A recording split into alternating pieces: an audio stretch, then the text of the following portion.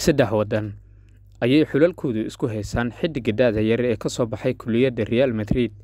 ee loo carbinayo inuu u dallaco kooxda koowaad sannadaha soo socda, balse waxa uu hadda dagaal ka sii dhex huriyey dalal uu mid walba doonaya inuu xulkiisa u ciyaaro. Los Blancos sannadihii ugu dambeeyey waxay soo saartay ciyaartooy difaaca bidix ah sida Manuel Godres iyo Ferran Garcia oo haatan dib ay ula soo seexdeen, iyo Sergio Reguilon ayaa waxaa hadda kulliyadooda ku jira ciyaartooy booskaasi ka dheela oo si weyn indhaha loogu hayo. Magaciisu waa Manu Romero, waa 14 jir, la sheegay in uu leeyahay astaamo uu ku noqon karo difaaca bidix ee ugu wanaagsan adduunyada, waxa uuna ku muujiyey kooxda da'da yar ee Real Madrid. Isagoo difaaca haddana waxa uu goolasha u dhaliyaa sida weeraryahan oo kale. Xilli ciyaareedkii tegey waxa uu dhaliyay 14 gool, taas oo la yaab ku noqotay dad badan oo isweydiinayo waxa uu samayn karo haddii uu yimaado kooxda waaweyn ee Real Madrid.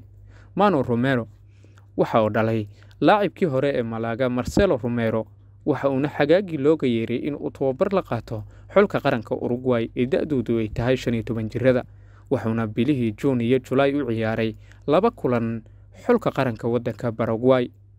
Xulka qaranka Spain oo ay dhalashadiisa haysto ayaa si aad ah u doonaya sidii ay ugu qancin lahaayeen laacibkani inuu qarankooda u dheelo, maadaama uu waddankaasi ku dhashay kuna koray xirfadiisa kubadda cagtana uu ka bilaabay.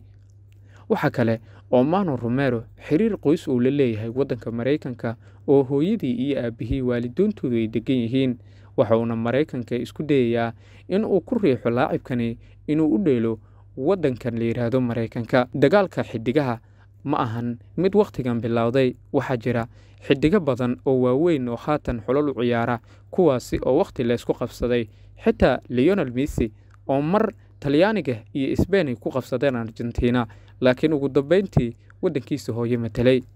Laakiin kani waa mid kale oo mustaqbalka la filayo inuu wax badan qabsan karo, inay isku haystaan saddexda waddan ee Mareykanka, Paraguay iyo xulka qaranka waddanka Spain.